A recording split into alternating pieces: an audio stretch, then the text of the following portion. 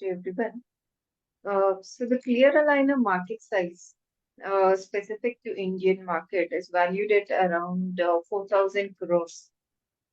This is the current recent survey which has been done, and it is expected to grow at a CAGR of almost 34 to 35% by around 2030. So that is the market which the clear aligner is going to capture. So with this growing demand for clear aligner treatment, it no longer remains as an option, and it no longer remains an option, and we have to incorporate it as an essential treatment appliance for our patients so that we can provide better care for our patients. Hence, this webinar is focused on helping the practitioners to gain working knowledge of clear aligners, more specifically the digital workflow, case selection, and treatment planning involved with clear aligners. What are aligners? Clear aligners are transparent trays which are made of a specific material. When it is conventionally made, mostly it is PETG or polyurethane materials, which are nothing but polymer materials, which are used to move the teeth by applying specific push force on the teeth. They use gentle and constant push force to move the teeth to the required position without going through the hassles of the wires and brackets which we used in our fixed orthodontic treatment. The speciality of clear aligners being that they are custom made for each and every patient by using a digital scan of the specific patient. And we move the teeth from the malocclusion stage to the correction stage and specifically print the aligners custom made for the patient, unlike the braces and wires, which is stock available. Hence, it is a purely custom made device. If we compare apples to apples, so traditional braces versus clear aligners, one point definitely is that clear aligners are invisible, whereas wires and braces are highly noticeable even with our ceramic braces. The second advantage of clear aligners being that they are removable. Where being removable, there are no restrictions with respect to eating or brushing or flossing for the patient. So it provides freedom to the patient in respect to their diet and oral hygiene, which becomes difficult with wire and braces. It is comfortable because there is no picking, poking, uh, things which can happen with fixed orthodontics with aligners, as there are no wires used in aligners. And treatment takes relatively less time than traditional braces. Of course, it depends on the severity of malocclusion and also the patient compliance. If the patient is compliant, usually aligners would take slightly less time, especially in mild to moderate cases. Now, the usually frequently asked questions with respect to aligners are they as good as braces? Can we treat all kind of malocclusions with aligners? Are the results permanent that are achieved? And so on and so forth. So now, with respect to the types of malocclusions that can be treated with aligners, any types of malocclusions can be treated with aligners, as can be seen. Overbite, which is deep bite, or underbite, reverse bite, cross bite cases, gaps or spacing between teeth, open bite, crooked teeth which are not aligned well, can all be treated with aligners. What difference with the respect to fixed is only the number of aligners change between the different types of malocclusion depending upon the severity. Also, the staging of tooth movement, which is a very integral part and a critical part of virtual treatment planning, is important to get good results. Accessories may need to be used in severe cases like elastic studs, and also some pre-aligner or mid-aligner course corrections may be required with some minimal tags or some such kind of things. So even the most severe kind of malocclusions can be treated with aligners with meticulous treatment planning. But for beginners, it's better to start off with simple cases till around 15 to 20 cases, like simple spacing cases, midline diastema cases, non-extraction cases, basically, so that they gain confidence before going into the more tougher cases like distalization cases or extraction cases. So how long does aligner treatment take? Usually it is plus or minus 2 months, 3 months compared to the fixed braces.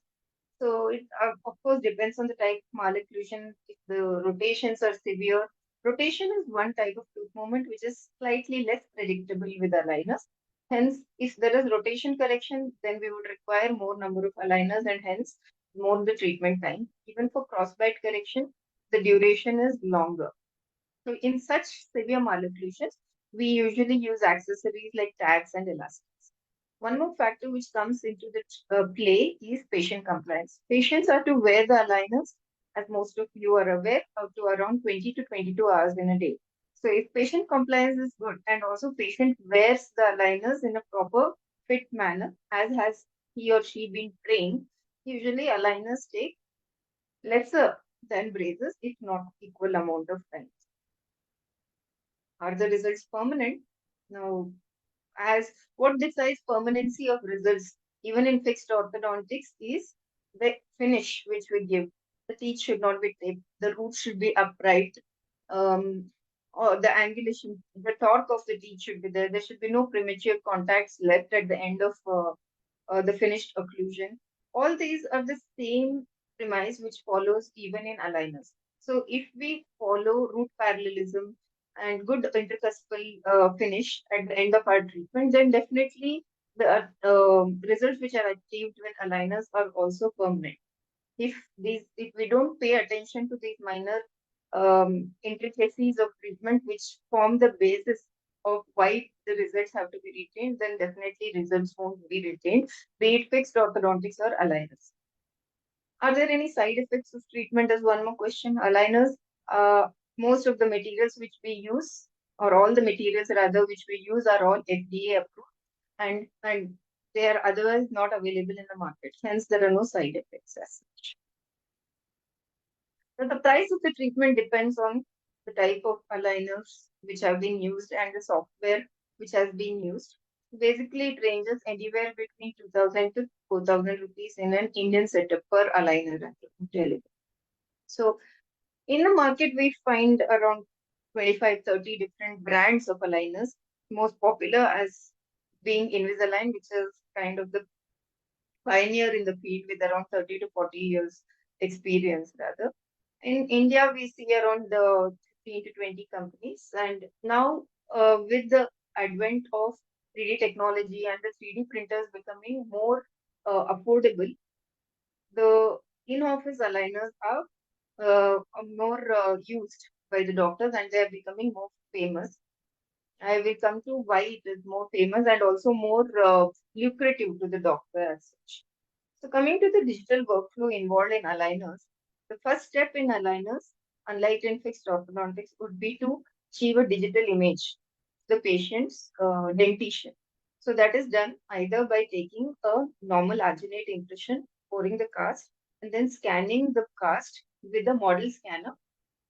If we don't have a model scanner, the cast can be sent to the lab. Most labs in today's date have a digital setup. They have model scanner, which is a desktop scanner.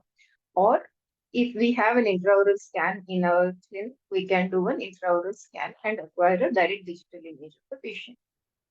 So first step is acquiring a digital image. Now, once this digital image is acquired, it has to be transferred, rather imported into a treatment planning software.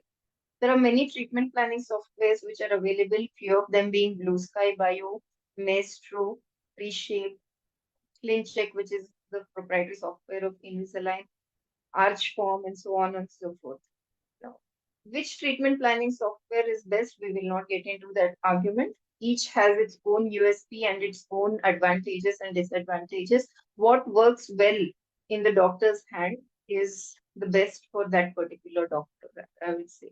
So, treatment planning is the next step wherein we move the teeth from the stage of malocclusion, which is from zero stage, to the desired positions, which is the end stage of occlusion, through getting them through various stages and correcting all the rotations, tip top, and proclinations and spacing everything. So the entire setup is called as virtual setup. Once we have finished the virtual setup, we export again from the software what are called as STL models, which are 3D models for each stage.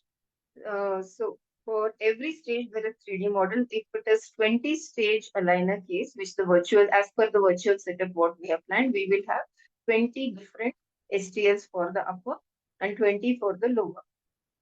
So once we have these STL models, which are the output from our virtual setup, then we have to print the models, STL models for each step.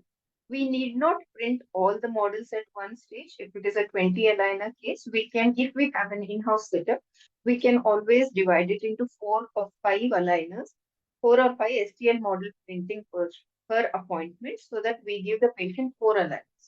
So we print 4 models of the upper and 4 models of the lower, following which we have the fourth step which comes in, which is the thermoforming of the aligners.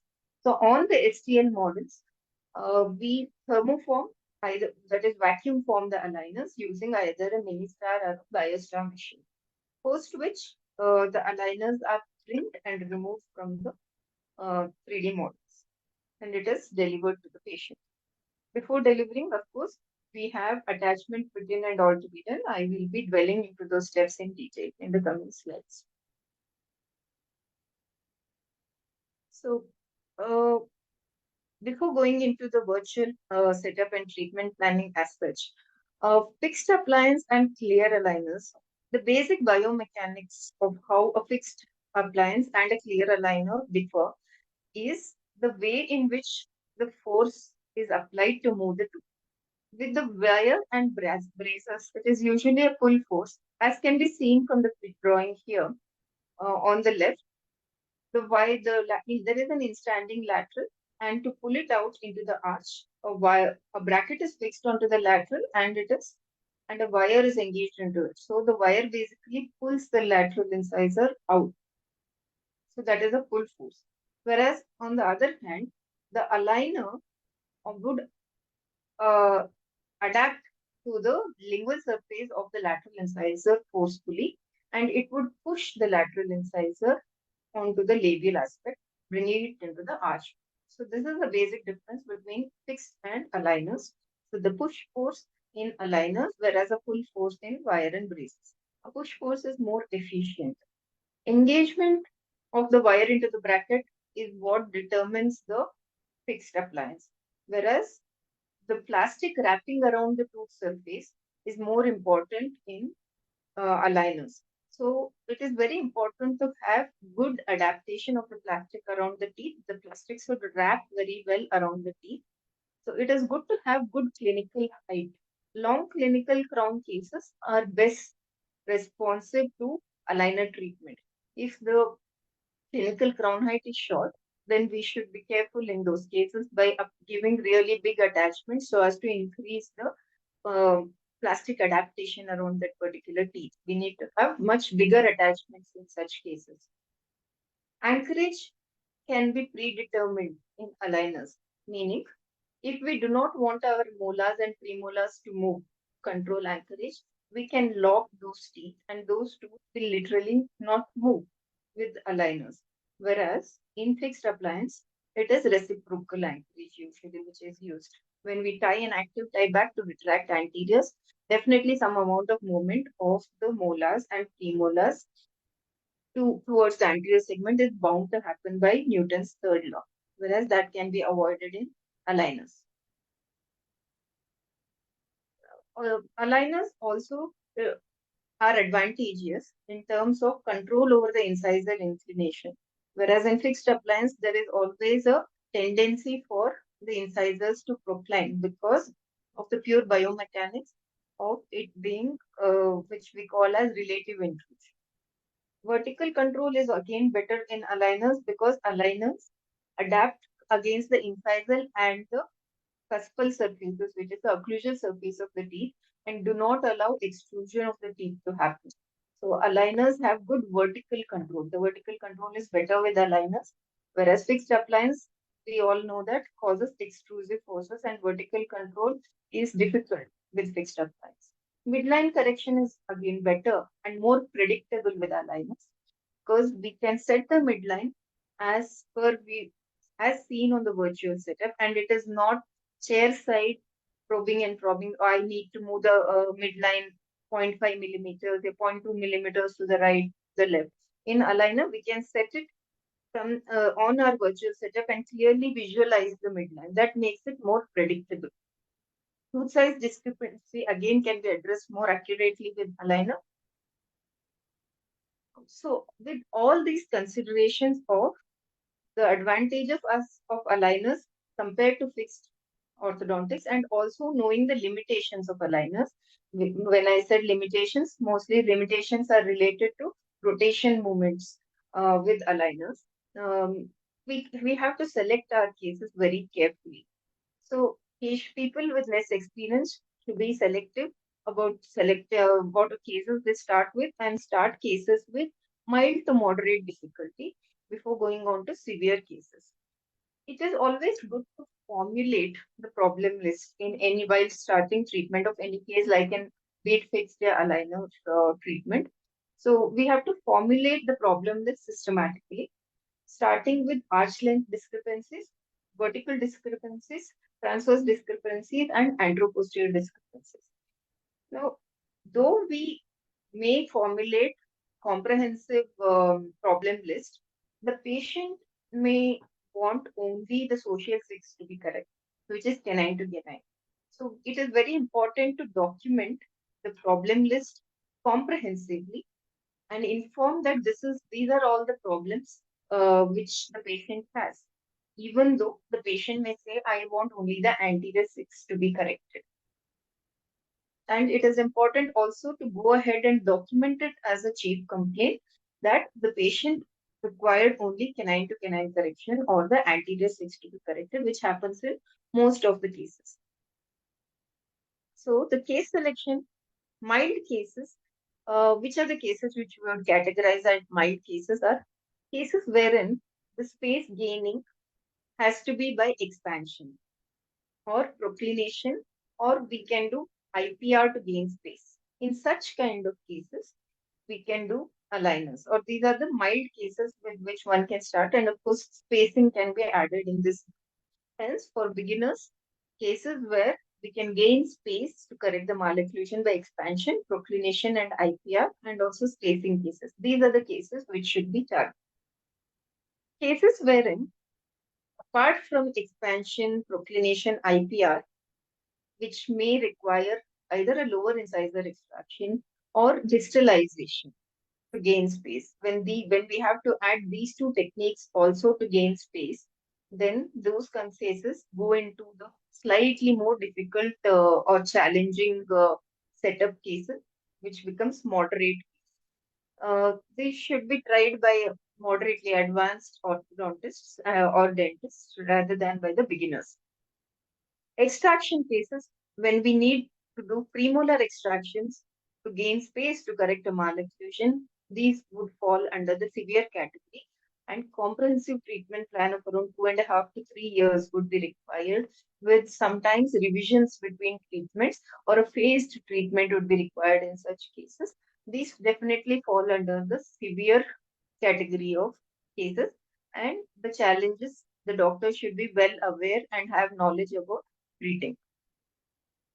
As I said, the anchorage control is much better with aligners because we can lock the teeth which we do not want to move, be it premolars or molars. When we are doing anterior distalization, when we are moving the anterior teeth backwards or and retracting them, the posterior teeth can be locked so as they do not move anteriorly.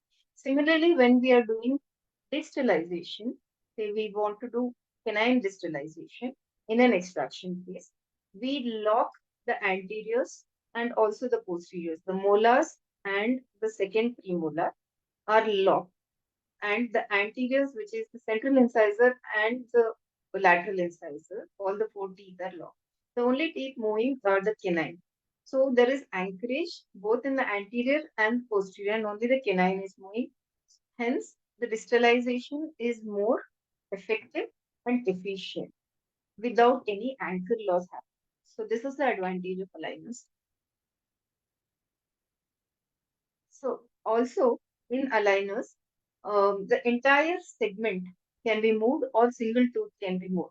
Whereas in fixed appliances, usually there is reciprocal effect on the adjacent teeth. So it is difficult to control single tooth movement in fixed appliances, whereas with aligners, it's easier. Intrusion is mostly true intrusion what we get with aligners because aligners act on the at the incisal edge level and the occlusal table level of the teeth. They literally apply the push force, inward force on the incisal edge. Hence, intrusion is more predictive with aligners, whereas with fixed appliance, it's mostly relative intrusion by either proclination, which happens, or posterior extrusion, which happens. Coming to the virtual setup, um, as I said, there are many different softwares, be it M3D, which is Maestro 3D, Blue Sky Bio, Archform, 3Shape, Trios, CleanCheck. Any of the softwares can be used. What is more important is the doctor who's doing the plan should be well aware of the tools and how to modify and maximize the use of each of the tool available in the software. Instead of doing 10 different softwares, master one software is what I would give, what is the advice I would give. So in all of the softwares follow the same basic steps. The AI has been written, the algorithm has been written in such a way that all the steps are almost the same. Only the UI would be different, means the way the screen would look to us would be different. So the first step is teeth annotation or node placement. So which is seen on top here. So when we say teeth annotation, basically we are telling which tooth is which. Most softwares have this again AI enabled, meaning the as soon as we import the upper model and the lower model into the virtual planning software, the software itself identifies the tooth as upper right, central incisor, lateral, canine, and it goes on, then moves to the left lateral incisor, central incisor, lateral, and so on till the last eruptive molar. So there are some softwares where we need to do this manually, but most of them have this AI incorporated. After this, the teeth are to be segmented. Again, there is an AI tool for this. By segmented, we mean like in a Kesslin filter, how we saw out the tooth from the base of the model. Similarly, the tooth is segmented, as can be seen in the left model here with dotted lines around each tooth margin, the cervical margin of each tooth. What this signifies is once we do segmentation, the tooth can be moved individually from the base. It can be moved in all three planes. Buccolingually, intrusion, extrusion can be done. It can be moved right, left, that is medially or distally. So it can be moved in all three planes of space. Each tooth can be moved. Without segmentation, the tooth can't be moved. So the first step is we identify which tooth is which, all the centrals, laterals, and all the erupted molars. Second is we segment the tooth from the base. The third is we trim off whatever excess from the cast we don't need. That is called as model trimming. That is our third step. Fourth step is the anchorage planning, where we lock teeth, which we tell we don't want to move. If we do not want to move the upper incisors, we just lock the teeth in the virtual setup before we go ahead with the other steps. The next step would be to set the arch form. Once we have decided which are the teeth we want to move and which we do not want to move and lock them, we set up the arch form. In malocclusions, the arch form is usually not ideal. Hence, we can move this, we can fix the arch form by moving the nodes which are available on this blue line, which is seen in the arch form. And we fix our arch form. Following fixing the arch form, we then move on to the most critical and also the most interesting step, which is by moving teeth. Now, the teeth can be moved by clicking on each tooth, whatever is the desired tooth we want to move. Before starting with the tooth movement, we should always have a mental map of how we would go about correcting this malocclusion, which tooth would we move first, whether we want to gain space by expansion, whether we want to gain space by extrusion, or whether we want to gain space by IPR or distillation or extraction. For this, it is imperative to do a preliminary diagnosis of the case using our other diagnostic aids like X-rays and photographs.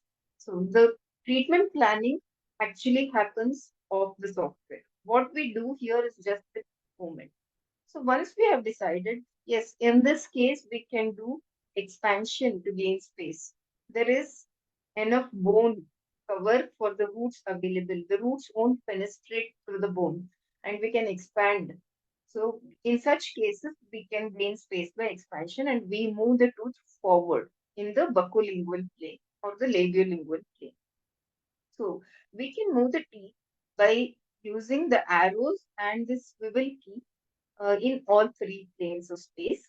So the red arrow basically moves the teeth to the right and left, which is medial and distal direction, whereas the blue arrow moves it upward and downward, that is extrusion and intrusion movement, and the green arrow moves it forward, that is outward, labial, and inward, which is lingual or palatal direction. The circles which are there again in the three different planes also have rotatory motions, whereas the arrow movements were basically linear movements. The circles in the toggle key are for rotatory motions. So the red circle is for labiolingual rotation movement, which is torquing movement rather. The green circle is for tipping movement, mesiodistal tipping movement, and the blue circle is for rotation movement along the transverse plane, which is in and out movement, which we call in orthodontics. So using the toggle key, we can move the teeth to their final position. We can also move the teeth by using a table here, which I have highlighted in a blue column here. It is called as, and I have enlarged it also, which is called as the tooth manipulation table. So it shows next to tooth deviation, the tooth number which we are moving here, it being the UR1, which is the upper right central incisor. So, and it has the six tooth movements. So if we move the teeth to the using the red arrow to the right or to the left, it would indicate as number here next in the next column where zero is written now. Same if we move the teeth labially, that is forward or backward, lingually is back. Then again the zero would change to whatever is the number we change. The backward movement being shown as a negative movement, forward being shown as a positive. Same thing with extrusion. Extrusion is done or intrusion is done with the blue arrow. Extrusion would be a positive movement, intrusion would be a negative. The tip, torque, and rotation are the three rotatory or the circles which we use with the toggle key.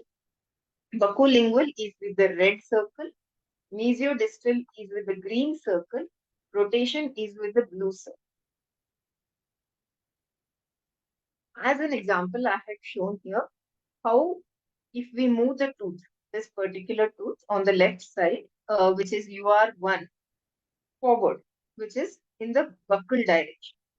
That is, we are expanding that tooth gain space by 1.23 millimeters is what I have expanded. So in the table of tooth movement, we can see there is a forward movement, which is a positive movement by 1.23 millimeters, which is same. Similarly, as we go on doing the other tooth movements, it will be changed for this particular tooth. Then we move on to the successive tooth and so on. The next step important after we finish the final occlusion for all teeth, after we finish moving all the teeth to their final position, there is a stage called as, there is a step called as staging, which is important. Meaning, if we take an example of a class 2 division case, which I've shown here, even in our fixed orthodontics, we know one of our treatment goals will be to intrude the central incisors, which are in deep bite. But we do not go about including it straight away. We would first, because if we try to include it in that direction, the teeth would not include when they are retroclined, because purely because of the center of resistance being somewhere else. Hence, we would correct the inclination of the teeth, meaning we would upright them. We would connect the retroclined incisors by uprighting them to normal angulation and then intrude the teeth and retract it. So this is staging. This is nothing new to aligners. It is we already know it as orthodontists and dentists. Hence, the same thing needs to be incorporated into our aligner treatment. So this staging can be done either by layering, that is, we can add layers to our tooth movement, saying in layer one, we would move only these particular teeth, which is central incisors, and we would do only intrusion tooth movement or uprighting tooth. In the layer two, the uprighted teeth, we would intrude. So that is what is called as staging and sequencing of the tooth movement.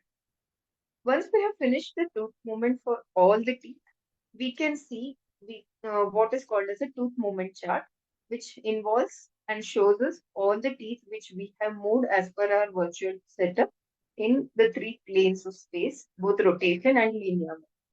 This gives us a consolidated picture of the entire treatment, what has been planned by us on the software.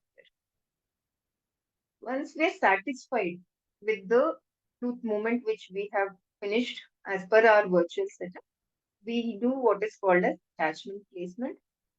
Here, the picture what I have shown is mostly the conventional attachments, which are either rectangular in shape, vertically rectangular, or horizontally rectangular, or square in shape and triangular in shape. Mostly, the conventional rectangular attachments are used either in the vertical or in the horizontal dimension. Again, we can um, control the size of the attachments by using the swivel key, and also we can delete or add an attachment on any particular tooth. So attachment placement is done after we have finished the tooth movement of all the teeth to their final desired positions. And attachments, I would elaborate slightly on this here. So attachments are mainly used for engagement of the aligner onto the tooth surface, meaning for getting better retention and also to control the direction of force of the aligner. So it helps in having a point of force application for the aligner for the teeth to move, especially if we want torque. The rotational movements are more efficient if we have attachments, if we use attachments. Please remember, it is not the attachments which bring about the tooth movement. The tooth movement is incorporated by moving the tooth, but in the virtual setup, attachments bring about more refinement in the tooth, especially the rotatory movements in buccolingual, mesiodistal, and labiolingual directions. Attachments, as I said, can be conventional attachments, which are either rectangular attachments and rectangular beveled or ellipsoidal attachments. There are also attachments which are called as optimized attachments, which is the term used by mostly Invisalign aligners. So basically, what are these optimized attachments? Some of the softwares like Maestro 3D and Archform do have these attachment tools, which are like half cut sphere attachments, which has it is like a half cut sphere, a sphere which is half cut, and that half cut sphere also is at a bevel. It is not a semicircular cut on the sphere. So what is seen in this picture on the canine are two half-cut sphere attachments, beveled sphere attachments, which are placed, which would give a, distal root tip on the canine when we are retracting the canine. So whenever there is canine retraction happening, there is a tendency for the crown to tip distally. So in order to prevent the crown tipping distally, because always a bodily movement is desired, we would want to give a distal tip to the root of the tooth so that along with the crown, the root keeps, there is no lag of the root and the root keeps moves along with the crown. So if we give this kind of root control attachments, we would see more bodily movement instead of tipping. So that normal complaint which we get that aligners do not cause bodily movement, they cause only tipping movement. It happens only when proper attachments are not used. If we use these root control attachments on the canine, move bodily without any problem. Now, there are other optimized attachments like the attachment on the lateral incisor here that shows those are horizontal beveled attachments which are used for palatal root torque, which we use in the anteriors or even in posteriors for buccal root torque. If it is inverted and placed, it is used for buccal root torque. While expanding, we all know there will be palatal root hang, and to avoid this, we have to add buccal root torque. And so, hence, these attachments are important. The attachments on the lower premolar shown here are for rotational control. These are similar to the half-cut sphere attachments with beveled attachments, and it is placed off center to bring about the desired rotation. There are also what are called as bite ramps, which can be used, which is a feature of Invisalign. These can be incorporated very easily into the in-house aligners also for deep bite correction. There are power ridges which are used and pressure areas which can be power ridges are used for palatal root torque and pressure areas which can be used for deep bite correction. So all these attachments, if used properly, bring about better control over the tooth movement and we'll have better finished results. After placing the desired attachments on whichever teeth we want to move, the final step is to export the STLs from the virtual setup software. So we have to exit from the software and we have to get our list of STL models which we would want to print. So once we export, we all the STL models that particular patient, be it 20 aligners, 50 aligners, gets stored in our folder.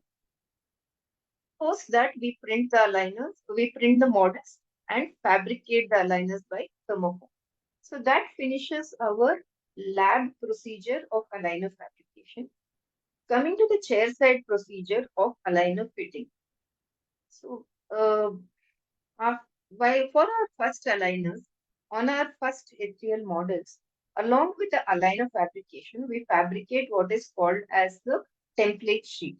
These template sheets are more thinner materials, usually 0.5 millimeter bioplast materials or copyplast material is used, into which the aligner, mostly restorative aligner, a restorative composite material is what I use, is bonded, is put into the areas where attachments are to be placed, and then they are bonded onto the tooth surface.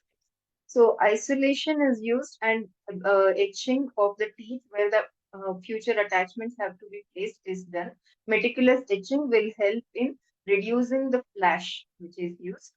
We can use a bonding primer. A good moisture insensitive primer would be useful, especially in relation in the molars posterior attachment areas on the posterior teeth. Following which we fill in the figure A here. What is shown is the restorative composite, which is being loaded into the template using a plastic instrument. We can also use the flowable composite, but I prefer using the restorative composite because we don't change the attachment through the treatment, through the aligner treatment of around 20 aligners. So, which is 1.5 years of treatment. So, restorative composite is more resistant to wear and tear with the patient wearing and removing the aligners. So, the restorative composite is loaded into the attachment space and fixed into the patient's mouth, and curing is done. We compress around after placing it, we compress around the attachment so that we remove any excess. It helps in removing excess flash later. Uh, Once the attachments are fitted, then we fit our first aligner and we can send the patient. One very important thing is educating of our patients of how to seat the aligners and how to wear and remove the aligners. While removing the aligners, it has to be removed from the distolingual aspect, both in the upper and in the lower. If the patient tries to pull the aligner from the buccal aspect or labial aspect, the attachments are going to just come off because attachments act as retention areas and undercuts. So it is important to pull the aligners out from the distolingual or distopalatal aspects on the right and the left and then unzip the aligner. To seat the aligners, it is important to teach the patient of first positioning the aligner and then applying gradual pressure to seat it. There are materials called as chewies which are easily available online, which can be used by the patient while seating the aligner and also intermittently every 2 to 3 hours so that it pushes the aligner against the tooth every 2 to 3 hours. And there is better movement and better control over the movement. So the figure below shows a good fit and a poor fit aligner. Even in a good fit aligner, between the incisal or the occlusal surface of the tooth and the aligner, there will be no air gap seen. If there is air gap seen, it means the aligner has a poor fit. What happens with the poor fitting aligner is after around 2 to 3 aligners with such poor fit, the patient may feel it is all going fine, hunky dory. But the fourth aligner or the fifth aligner suddenly stops fitting. That is because that particular tooth on which the aligner was poorly fitting will not move bodily, will not move as per the virtual plan. It will just stick. So at one particular stage, it will stop the aligner, the next aligner, the subsequent aligner from fitting. So it is very imperative catch hold of such poor fit aligners. So if we are not seeing the patient every aligner change, which most of us would not, we would see the patient. I see my patients every fourth or sixth aligner change. So it is important to educate the patient about what is a good fit and what is a poor fit. So if we see a poor fit, we should again do a rescan and do a retreatment plan and go for a refinement instead of continuing with the same set of aligners. So that after having gained the knowledge of basic workflow and how to do a treatment setup, let us look at one case. We have time enough to look at one case. So a simple midline diastema case.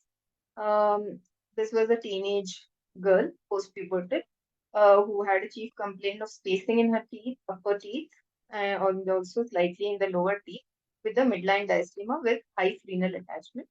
So, as I mentioned, to draw out a problem list. So, the diastema of around 2 to 3 millimeters with high Freeman attachment and proclination was our problem list.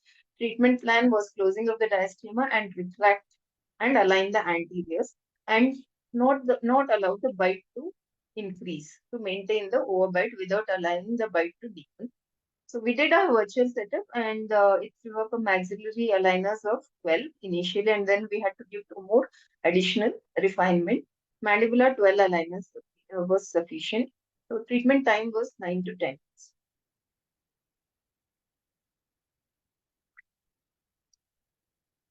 So this is the virtual setup. As you can see in the debuting frontal direction, the teeth have been retracted. Whatever spacing was available was used to retract the teeth. At the same time, the teeth are not extruding. The vertical dimension is maintained. The bite is not allowed to deepen. This is done by adding inclusion in the tooth movement in our virtual system. And wherever required, giving attachment.